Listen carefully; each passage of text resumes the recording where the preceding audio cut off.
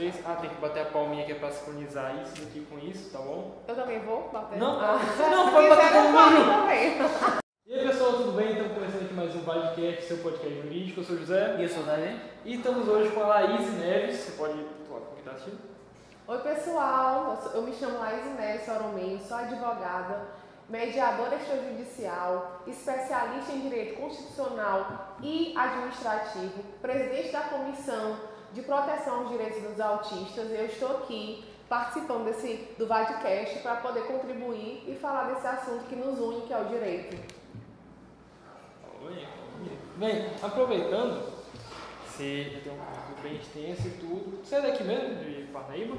Eu costumo falar que eu sou parnaibana, porque para mim o que vale é a cidade de coração. Eu nasci em Teresina, mas me considero parnaibana porque vim para cá já muito nova, não tão nova, mas novinha, e passei grande parte da minha adolescência aqui em Parnaíba. Então sim, eu sou parnaibana. Legal, você fez a faculdade por aqui mesmo então, né? Iniciei aqui e finalizei em Teresina. Mas realmente eu comecei aqui, toda a fase de ensino médio, fundamental, médio e início do superior foi aqui em Parnaíba, sim. Entendi. Você vive só da advocacia? Oi? Você vive só da advocacia? Vivo só da advocacia. Na verdade, assim, como é que funciona? Eu também faço parte de uma empresa que faz assessoria jurídica e educacional para municípios. Legal. Então, assim, é um extra, né? É um trabalho extra, mas que também inclui a advocacia, porque eu sou responsável pela parte jurídica dessa assessoria jurídica educacional, né? Então, eu sou a advogada responsável. Então, em resumo, sim, eu sobrevivo e vivo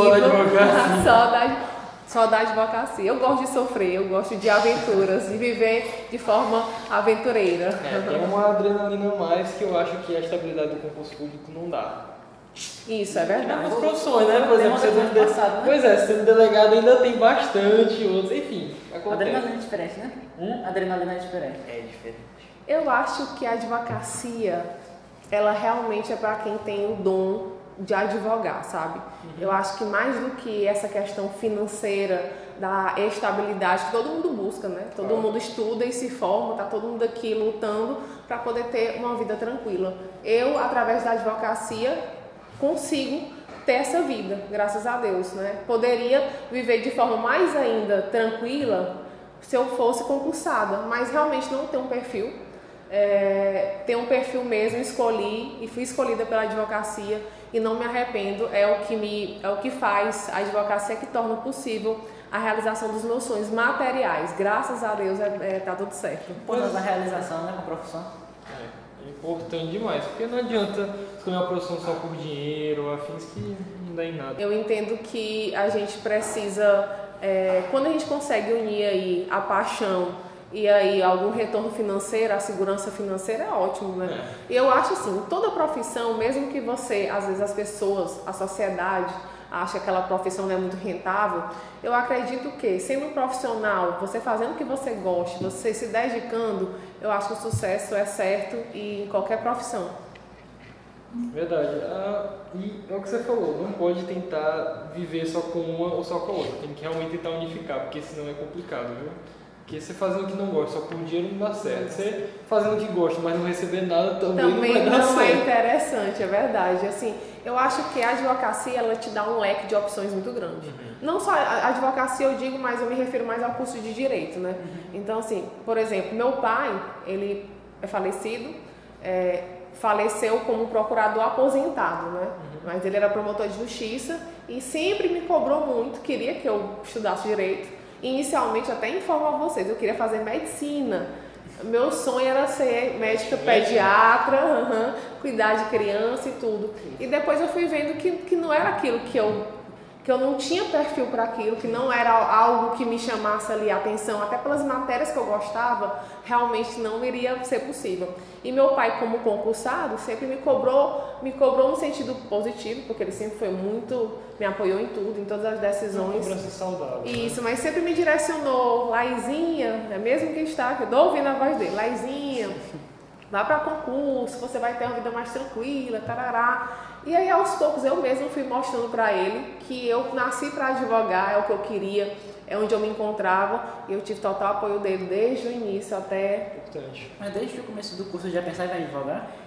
Olha, eu confesso, a advocacia ela é uma montanha russa de emoções, sabe?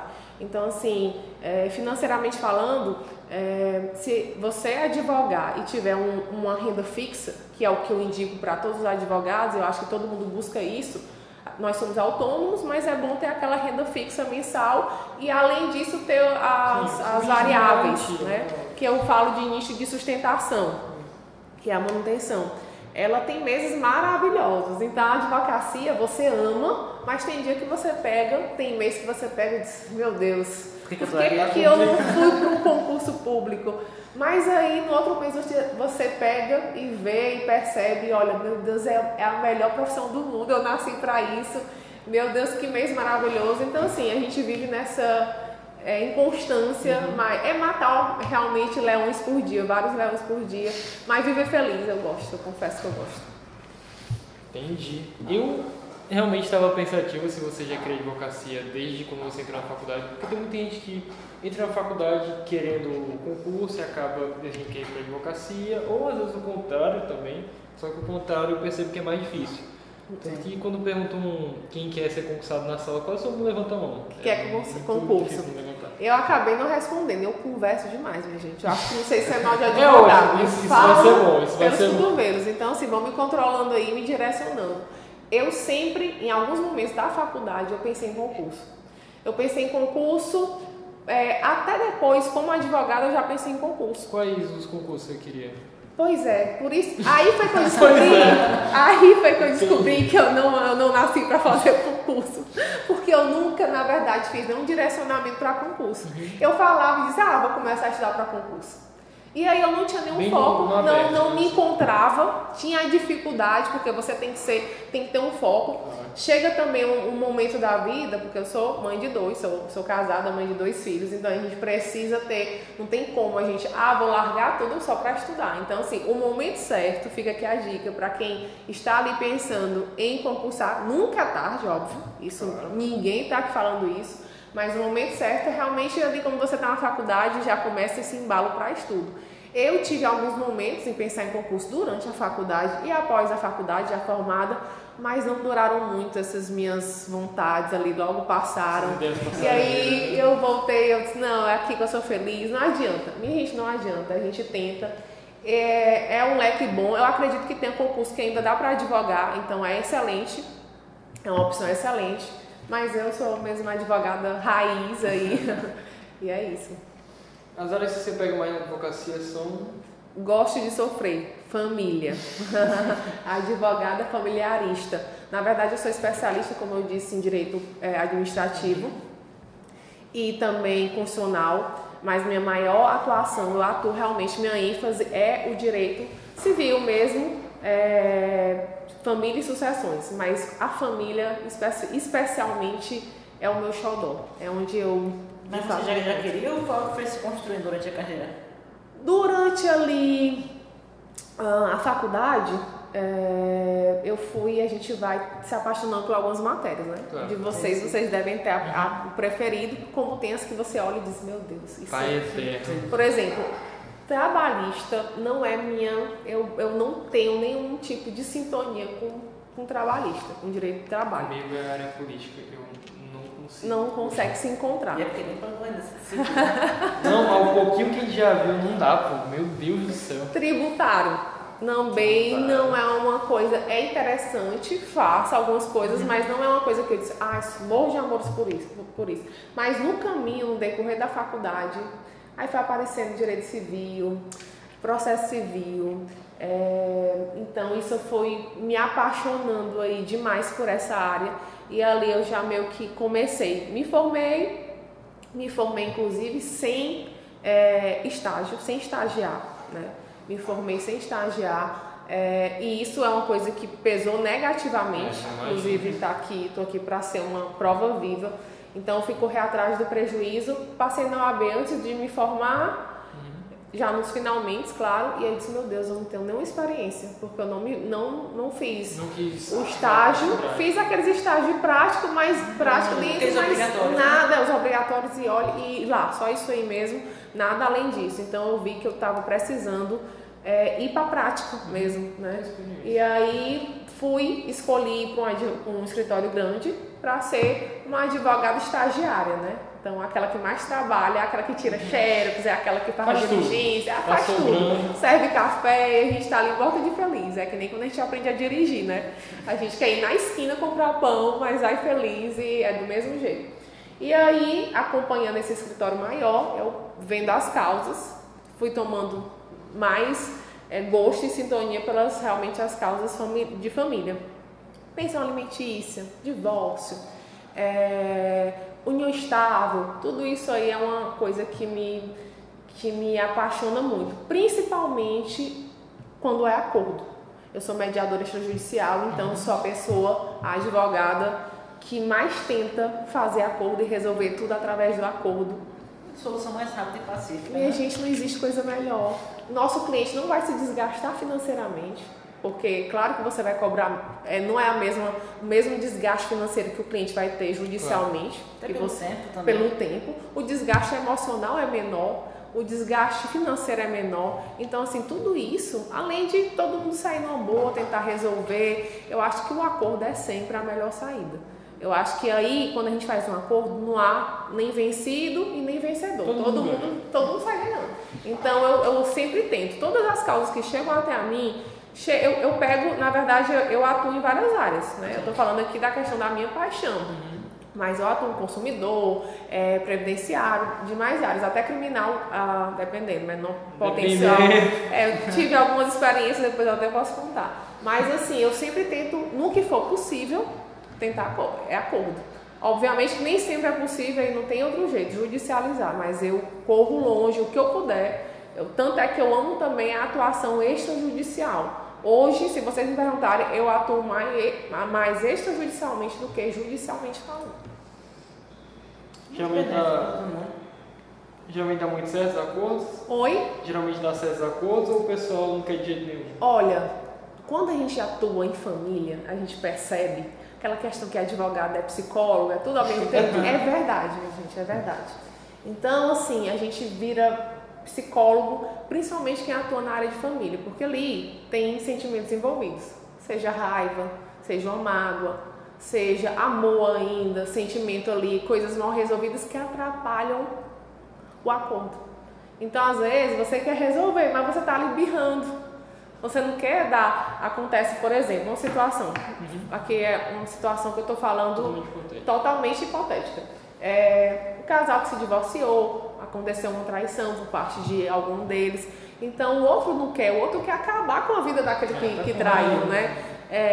E aí fica aquela situação para a gente tentar explicar para o cliente ou para outra parte, porque você acaba advogando também para outra parte, quando é um acordo interessante que você advogue ali de forma imparcial. Obviamente que quando a outra parte quer constituir advogado, também está tudo bem, a gente se resolve. Mas normalmente, nas situações em que eu assumo, a maioria das vezes a outra parte não tem advogado. Então eu vou mesmo e digo, olha, estou representando fulano ou fulano, vamos tentar resolver isso amigavelmente? Como é que a gente pode resolver isso? Então assim, a gente há ainda uma queda de braço, não vou mentir, há uma dificuldade grande. A gente vai até um certo limite, chega um certo limite que a gente não tem como forçar ninguém faz acordo forçado, a gente faz acordo quando os dois querem, estão porque senão nem funcionava, né? Tem uma colação, já pensou, eu dizer assim, possam, não existe isso. E aí, assim, na maioria das vezes eles cedem, né? Pensão alimentícia também tem uma demanda muito grande, dá dificuldade, ou o pai às vezes é ausente, e a mãe acaba não querendo fazer um acordo porque ele não foi um bom pai, ou vice-versa, o pai não quer pagar a pensão porque talvez a mãe já esteja com outra pessoa e aquela ideia de que a pensão não vai para a criança, vai para a mãe, e aí vai usar para o autossustento, enfim. E aí todas essas questões aí que são peculiares das pessoas e que a gente tem que saber driblar, saber ali conduzir da melhor forma possível. né? E é isso, mas eu acho que sempre são poucos os que eu consigo mesmo, que conseguem me vencer no cansaço. Mas uma coisa que eu queria dizer é que realmente não é difícil, porque convencer uma pessoa de algo que muitas vezes ela não quer ser convencida é difícil. Porque na cabeça dele já tá certa. Porque difícil. pode lançar todo o argumento do mundo, se a pessoa não quer estar errada, ela não vai achar que ela está errada. Então é difícil, aí você tem que realmente trazer ali tudo que vem de negativo com a decisão dela e tudo que vem de positivo com o acordo. Então você tem que falar, olha, se a gente for para a justiça, pode ser que seja assim, eu sei que você está chateado, mas não é assim que a gente resolve. Talvez se for para a justiça você vai conseguir um valor menor, porque minha gente, quem decide é o juiz, sim, não é o advogado, não é às vezes um exemplo, o pai vai, a mãe diz, não, que ele foi um péssimo pai. Eu disse, olha, faça um acordo. Depois, se acontecer alguma situação, esse acordo ele não é definitivo, pode ser revisto a qualquer momento, pode haver uma revisional, porque às vezes você está pensando que vai ganhar tanto como pensão e o juiz não entende assim, né? Então as pessoas elas têm assim, eu vou dizer para o juiz isso e ele vai funcionar. E minha gente, olha, não eu falo muito, eu conheço você, Maria, eu sei que você é uma boa mãe, que você é uma pessoa boa, eu conheço você, José, que você é uma pessoa boa, mas o juiz não sabe quem é a Maria e não sabe quem é o José.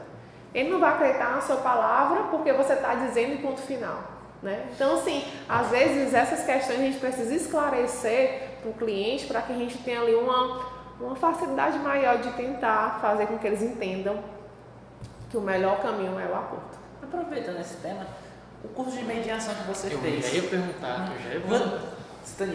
Você fez ele depois de ter visto a demanda que você tinha ou você já fez antes e acabou embarcando junto? Eu fiz, engraçado, uma ótima pergunta, porque quando eu comecei a advogar, depois que eu saí do escritório eu passei um tempo, ganhei ali experiência que eu precisava mesmo, a barriga no balcão, que a gente chama, e tudo aquilo dali me fez crescer bastante. Aí chegou um momento que eu disse, poxa, eu acho que eu consigo, a partir daqui, sozinha, né? Andar sozinha e parceria, porque a gente sempre assiste parceria, ninguém faz nada sozinho.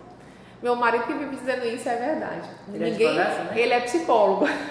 Ele é psicólogo. E aí ele sempre diz, ninguém faz nada sozinho, é a maior verdade. Até para nascer ele disse, eu precisei de alguém ali. É importante. Então, as parcerias continuam. E aí eu sempre tive esse perfil conciliador, de tentar resolver amigavelmente. Sempre. Então, todo mundo que vinha, disse, gente, vamos fazer um acordo extrajudicial, pedir para o juiz homologar, vai valer como decisão judicial, é ótimo, não vai ter esse desgaste todo. E eu fui, né? E aí surgiu na OAB, inclusive, que a OAB oferece muitos cursos aí excelentes, esse curso de mediação e arbitragem, né? Então, você realmente receberia o certificado, né? E você se tornaria uma mediadora extrajudicial, perdão. E eu peguei e adorei. Eu disse, meu Deus, eu preciso me aprofundar, porque eu já tenho algumas técnicas, já tenho esse perfil conciliador e agora ainda mais um certificado. Só faltava isso mesmo. E pronto, aí isso, aí eu me encontrei, eu amo a questão, tudo que é extrajudicial. Mais algumas perguntas. Como é que é esse curso de mediação? Tipo, quanto tempo durou e afins? Olha, eu sou péssima de... Até falei pra vocês, lembra que eu falei que eu sou péssima de dados? Mas, tipo, uma ideia de duração, um ano? Acho que foi. Não, acho que foi em torno aí de um ano e pouquinho. Um ano e pouquinho, com ótimos professores de mediação, de conciliação, de arbitragem. Você fez aqui em Parnaíba? Fiz em Teresina. Aí, como é que era? Tinha umas provas? Sim, tinha os simulados, as simulações para você fazer essa mediação. Então, assim, você vai realmente treinando ali, ela traz situações hipotéticas, a gente viramos quase atores, porque a gente fica fazendo simulações direto. E como conduzir ali uma conciliação para que todo mundo saia, porque se você, são pequenas coisinhas que se você estiver aqui com duas pessoas para fazer um acordo e você falar alguma coisa errada que vai ativar aí um gatilho de uma dessas pessoas, aí pronto, acabou. Que nem gás, né? Você se deu uma faísca. Pronto. Ou então se eu estiver aqui e olhar, você estiver falando e eu olhar de forma mais amigável para você e balançar a cabeça, quer dizer que eu tô do seu lado, eu tô aqui para acabar com a vida da outra parte. Tem. mexe bastante com a linguagem não verbal, não é? Sim. Muito demais. A gente consegue ali perceber muitas coisas. Deve ter ajudado nisso, né? Sim. Porque eu imagino que ele tenha lido alguns livros já. Ele é analista comportamental, então por aí você... Mas eu já quando eu me casei, eu já tinha esse curso, então veio a calhar, porque a gente vai aprendendo sempre. Coincidência, né? Sim. Mas um tema que eu ia abordar e que imagino que você já sabe, é justamente sobre a comissão que está surgindo agora, que é a comissão, qual que é o nome dela certinho? Comissão de Proteção aos Direitos dos Autistas.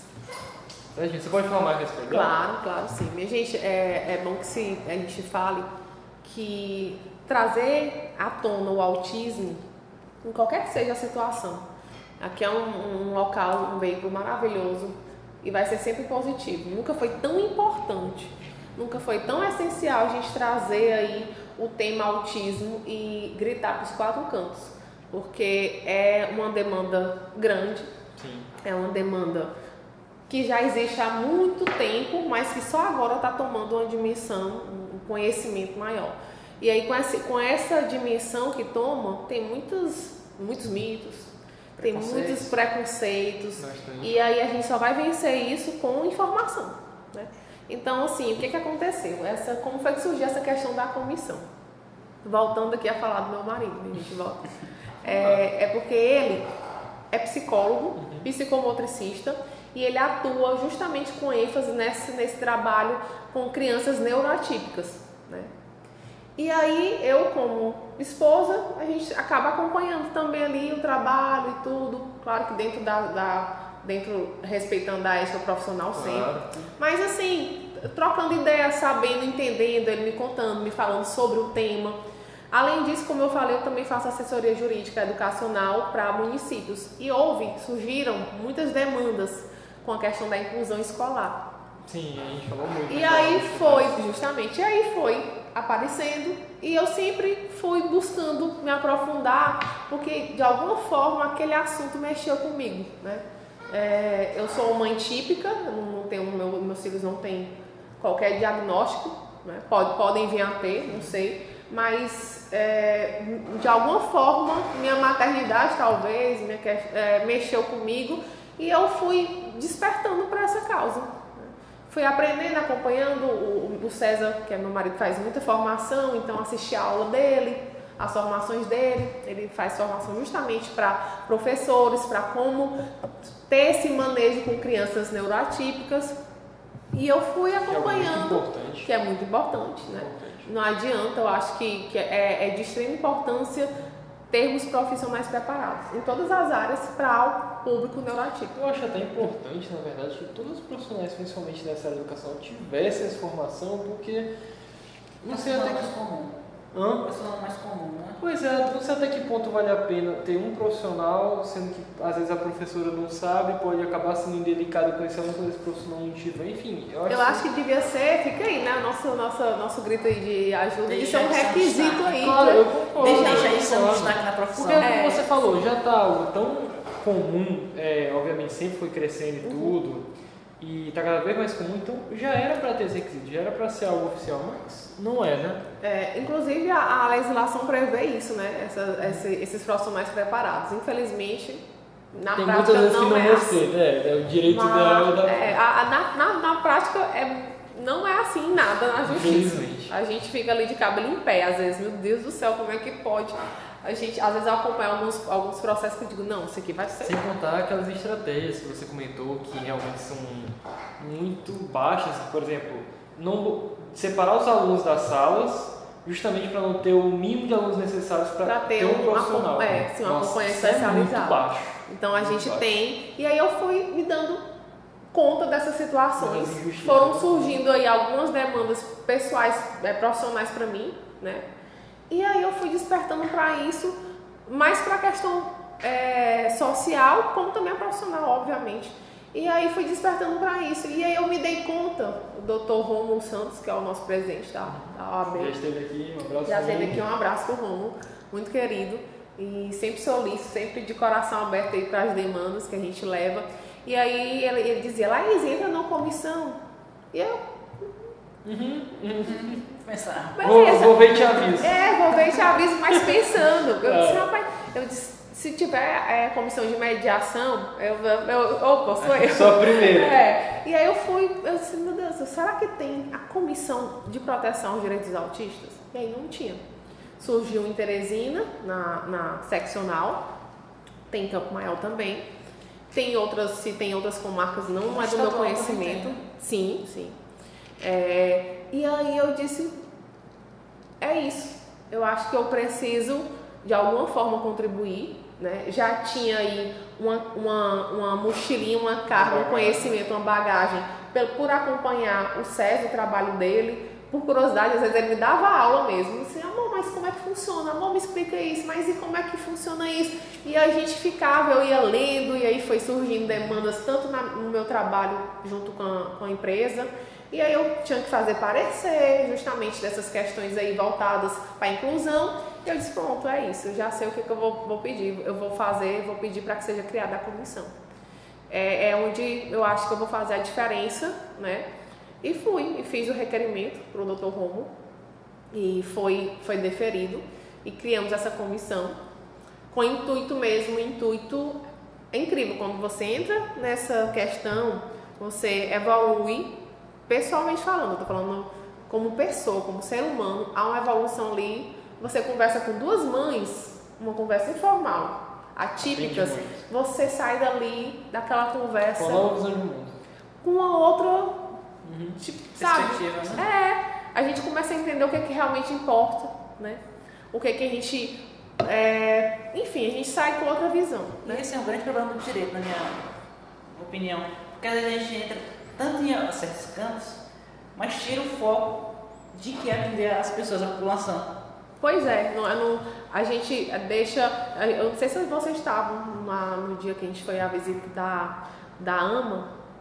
Foi um grupo, não? E aí a gente estava conversando sobre a questão do humanismo, do profissional humano, né? É muito importante. É importante porque, olha, eu digo bem aqui, não adianta, você pode ser fera, você pode ter doutorado, mestrado, ser o bambambam.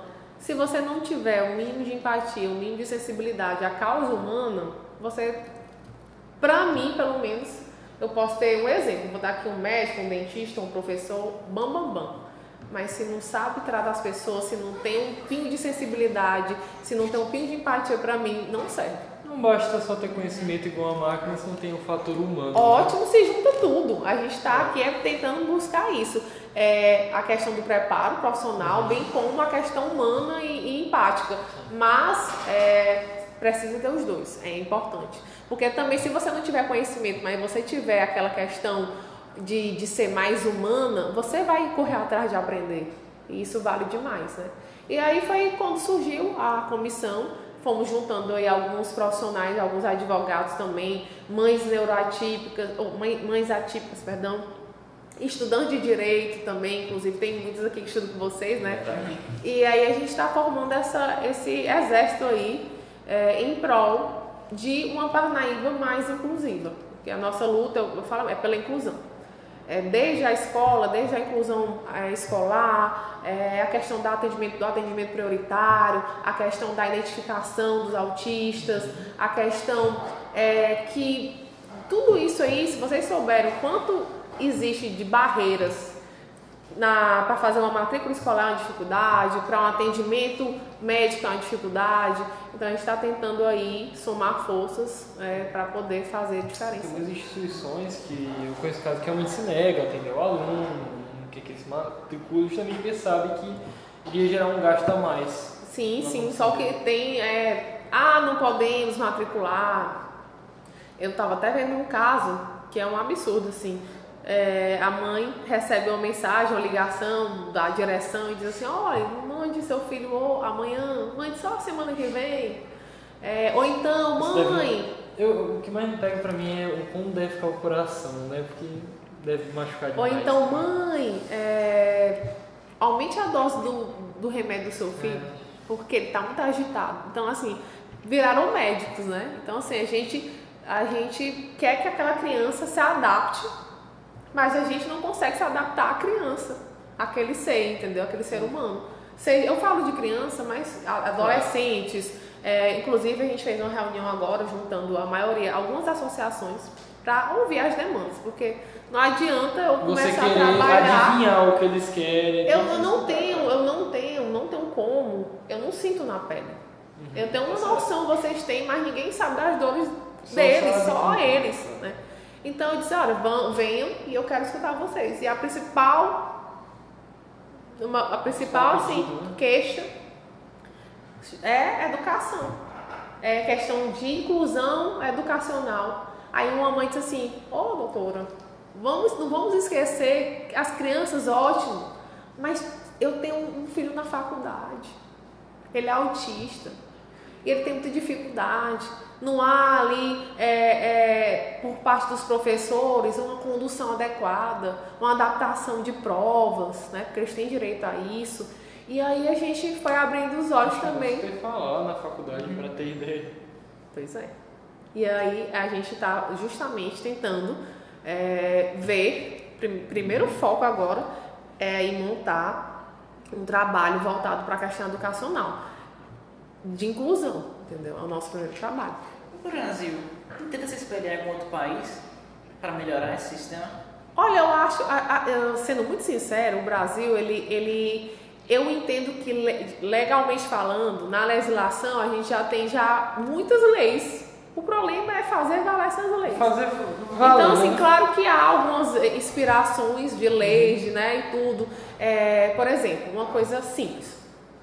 Tem uma lei federal que determina que a validade dos laudos não tem validade. O laudo de autista, como é uma questão que não tem cura, é para a vida inteira, não faz sentido ter validade de laudo cobrar isso. Só que como não é uma lei municipal, né, às vezes não é de conhecimento das pessoas, as pessoas pedem, não, tragam um laudo atualizado. E aí a pessoa também não sabe, e aí e a gente já bateu nesse ponto também, é caro um laudo desse. Tudo, olha, e a fila que tem. Outra demanda que falaram foi a ausência de profissionais. Não tem, a demanda é grande e temos poucos profissionais aí, a equipe multidisciplinar para poder neuropediatra para diagnosticar, porque eles têm direito a um diagnóstico precoce. Eu vou dizer que as filas de neuropediatras realmente são pouquíssimos e estão lotados, fora que os particulares são caros, tem que entrar na justiça para conseguir, os planos de saúde negando os tratamentos, então assim, a pessoa perde esse tanto de barreira e acaba desistindo. Acaba desistindo. Aí vem o quê? A saúde mental das mães e dos pais. Das famílias atípicas. Pois porque afeta os pais no ramo psicológico e afeta a pessoa neuroatípica em tudo. Porque ela sai do prejuízo completo, né? Educação e... Aí a gente tem uma demanda de depressão de mães e pais atípicos enorme. Demanda de suicídio. Então, assim, tudo isso é preocupante. A gente precisa, quanto mais a gente falar, quanto mais a gente puder fazer... Se a gente conseguir levar uma informaçãozinha que seja, para uma pessoa, já valeu. E acima de tudo, empatia. E acima de tudo, acabar com o julgamento, sabe? Aquele olhar diferente que a gente fica olhando, colaborar, ajudar, né? Ser colaborativo. E é isso, eu acho que a gente tem uma função aqui, além do direito, além da justiça. Eu acho um ponto muito importante. Quem quiser participar dessa comissão, estiver ouvindo, mora em Parnaíba e quiser participar, como é que você acha? Faça, na verdade, é bem bacana essa questão da comissão, porque ela é bem democrática, né? Não são só advogados que fazem parte dessa comissão. A diretoria tem que ser formada por advogados, né? E assim né? Eu funciono como presidente, aí tem a vice-presidente e os 2 secretários. Mas os membros, a gente tem uma psicopedagoga, né? Então... que é muito importante, né? Que é interessante, sim. Então, assim, qualquer outro profissional que tem interesse de vir somar, pode fazer esse requerimento junto ao OAB, para poder entrar na comissão. Estudante de direito também, mas existe aí um limitezinho para o período. Salvo engano, se eu não me engano, é o 8º. para poder ser membro. A gente tem aí... Não pode mais? Não, aí pode, aqui pode. Antes disso, eu tenho alguns do terceiro período, eles podem como colaboradores. Eles fazem parte da comissão informalmente. Não tem portarias? Não tem, mas assim, embora a gente tenha citado no dia da nomeação, acho importante. Mas de fato, formalmente não são... Por que funciona desse jeito? São questões mesmo da burocrática mesmo da OAB, né? Algumas questões aí que a gente... Não cabe nem a seccional. Oi? Não cabe nem a seccional. Eu acho que não, porque na verdade eu acho que vai além disso aí, mais em cima. Poxa, um lado bom é porque eu vejo que essa comissão nem precisa fazer parte formalmente, porque se cada um fizer a sua parte já... Pronto. Pois é. Você chegou no ponto primordial. E, gente, o que vale um papel hoje? Assim, pra quem quer fazer o bem. Claro, Não precisa de comissão, não. Basta chegar e dizer assim, eu quero contribuir, como é que eu faço? Olha, eu não tô no papel, não quero. Eu tô bem aqui só pra ver o que eu posso fazer. Eu posso contribuir com alguma coisa? Eu posso somar com alguma coisa? Então, isso aí que é o que... Outra coisa legal é as principais instituições, certo? Que cuidam desses temas. Você sabe dizer o nome delas, dizer onde é que elas ficam certinho? As associações que você fala, exatamente. a gente tem aqui a AMA, né? A APAI, tem APAS, né? Enquanto que são os você pais guerreiros. falando, eu vou ver se vai ficar aparecendo os endereços, eu boto na descrição. Pronto. Eu acho que vai ser legal. A APAS Meu Sobrinho Universo, a Mordal e o Universo Multicolorido. Aí inclui também as questões da síndrome de Down. O autismo hoje ele é considerado deficiência para todos os defeitos legais, né? Então, assim, todas as pessoas com deficiência, a comissão está abraçando e essas associações também abraçam, né? E aí a gente está somando forças aí com essas, né? Tem o COMUD, também o Conselho Municipal, então a gente está ali na parceria focado em tentar resolver isso. Mas os principais, AMA, APAI, Universo Multicolorido, Meu Sobrinho Universo, a Mordal, APAS, que é APAA. APAS e são essas. Chutando embaixo da mesa. A gente foi para audiência, né? Estávamos na audiência. E aí eu tinha começado a advogar, estava ainda naquele bendito no escritório que me acolheu. Quando sai do enquadramento. E a gente foi para essa audiência, eu estava como advogada de uma das partes, era divórcio, e a gente estava na audiência de conciliação. E o juiz demorou um pouquinho e a gente sentou, eu sentei aqui no meio, as partes sentaram também, e eu só senti umas batidas embaixo da mesa. E eles estavam se chutando embaixo, inclusive um chute pegou em mim. Então são situações, por isso que eu digo, quando tem família, eu tive que chamar... Doutor, por favor. Pelo amor de Deus, me chutaram aqui. Estão me chutando. Eu tô de salto, eu vou chutar também. Não, tô brincando. Mas aí aconteceu essas situações. Meu Deus do céu. Era um ex-marido, ex-mulher. E aí o juiz pediu ordem, organizou lá, botou mesmo todo mundo depois que eu fiz a reclamação. Mas é uma situação que a gente passa. E, gente, a advocacia, ela tem muitas coisas boas, mais coisas boas do que negativas. Eu não digo nem coisas ruins, porque até as coisas negativas a gente aprende. Sim, criando um som. Eu já tive... Quando a gente começa a advogar, a gente vem muita coisa pra gente poder ter uma experiência. Eu lembro que uma sobrinha minha foi assaltada, roubaram o celular dela. E aí a família do assaltante resolveu, prestou de advogado e contratou quem? Me contratou. E aí minha sobrinha, que tinha sido a vítima, né? E ela... Nossa, eu não vi ali nenhum motivo para eu me negar, né? Minha sobrinha entendia, sabia que se não fosse eu, seria outra advogada. Claro. E aí eu lembro que eu consegui desqualificar de roubo para furto, porque ela dizia que ele estava armado. Que ela entregou o celular porque sabia que ele estava armado, mas acabou que a gente conseguiu comprovar que ele não estava armado.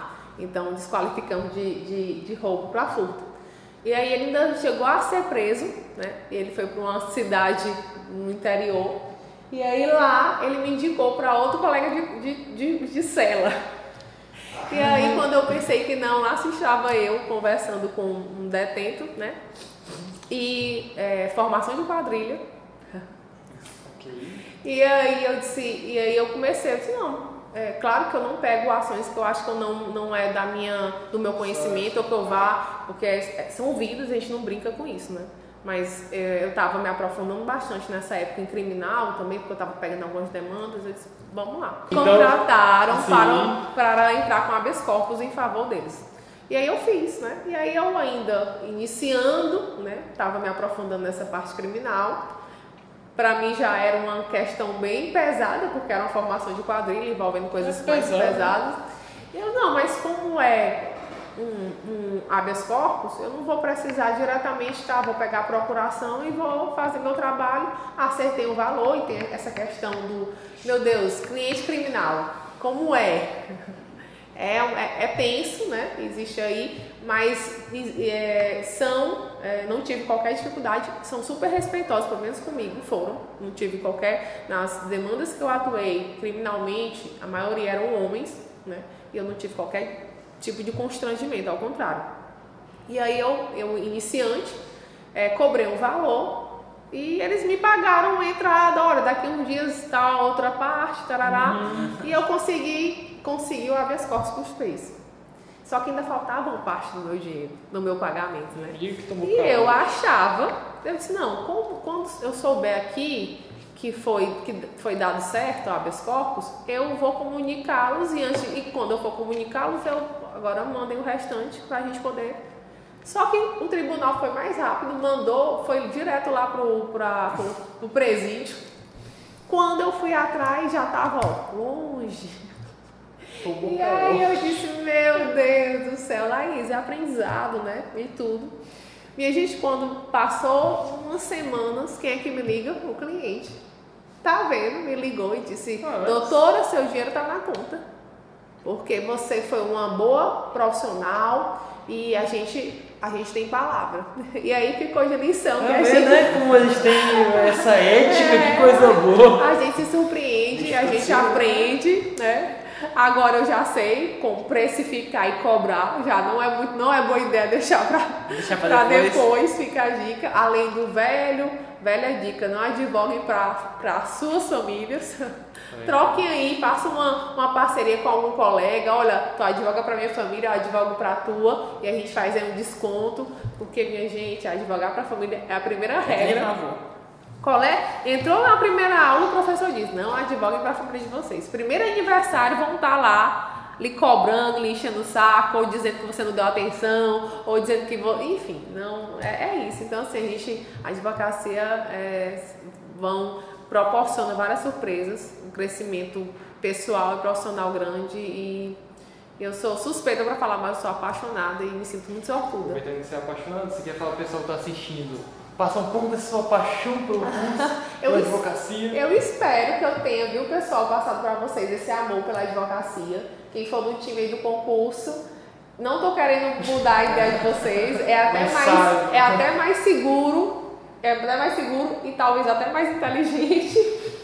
Mas eu sou apaixonada, eu espero ter passado esse amor para quem quer advogar e o que eu puder contribuir, contem comigo também, com a colega de vocês aqui, tá bom? Foi um prazer, Zácio, uma conversa super alto astral, descontraída, parabenizar os meninos, viu? Vocês são maravilhosos, me trataram, me receberam super bem e a SVAP aqui de parabéns pela estrutura, por tudo.